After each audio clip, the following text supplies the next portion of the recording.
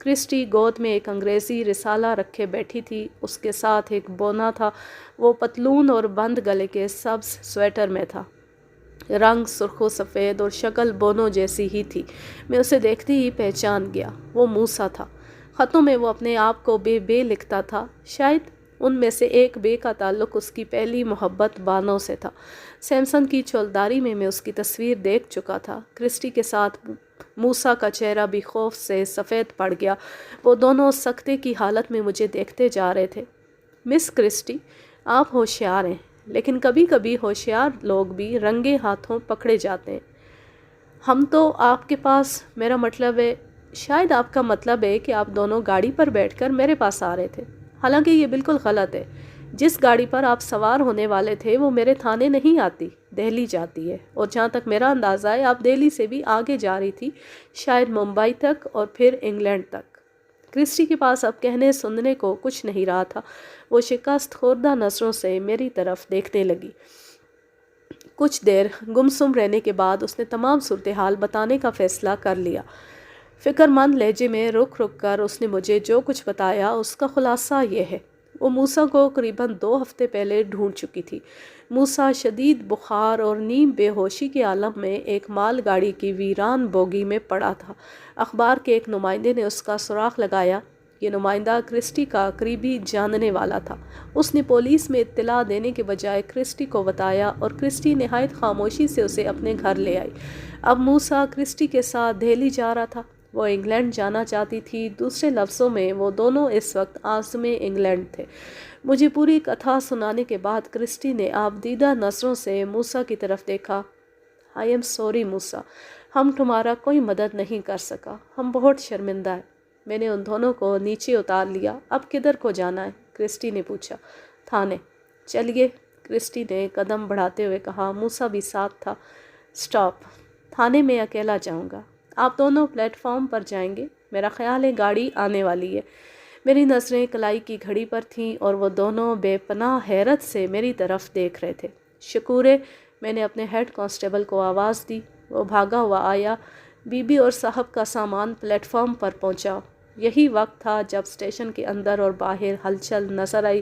بریلی سے دہلی جانے والی گاڑی پہنچ گئی تھی۔ چلیں، جلدی کریں، میں نے ان دونوں سے کہا۔ مجھے حیرت زدہ نظروں سے دیکھتے ہوئے وہ پلیٹ فارم کی طرف بڑھے۔ کرسٹی کی آنکھوں میں آنسو چمک رہے تھے، یہ احسان مندی کے آنسو تھے، لیکن میں سمجھتا تھا کہ احسان میں نے نہیں، اس نے مجھ پر کیا ہے۔ اس نے میرے ملک کے ایک ٹھکرائے ستائے ہوئے عجیب الخلقت شخص کو اپنی باہوں کا سہارا دیا تھا اور ایک مثال قائم کی تھی جس کی نقل کرنا شاید کسی بھی مقامی لڑکی کے بس کی بات نہ ہو۔ دلہن کے متلاشی کو آخر دلہن مل گئی تھی، لیکن میں سمجھتا ہوں اس کامیابی میں ایک ایسے شخص کا ہاتھ بھی تھا جسے موسیٰ جانتا تک نہیں تھا، اور جان بھی جاتا تو شاید اس کی کوشش پر یقین نہ کرتا۔ میرا مطلب نکے خان سے تھا۔ اس تیز ترار لڑکے نے جس طرح اپنی جان خطرے میں ڈال کر سراج کو سرے بازار دبوچا تھا، وہ منظر آج تک مجھے یاد ہے۔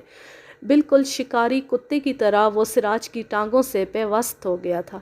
کاش نکے خان جیسے پیدائشی دلیر اور ہوشیار بچے صرف نیک گھرانوں میں پیدا ہوں تاکہ بہتر تربیت سے وہ غازی، علم دین اور سرور شہید کا روپ دھار سکیں۔ یوں یہ کہانی اپنے اختتام کو پہنچی۔ اب میں لیتی ہوں آپ سے اجازت، جہاں رہیں خوش رہیں، شاد و آباد رہیں، ہنستے مسکراتے رہیں۔ اللہ حافظ، اللہ نگہبان۔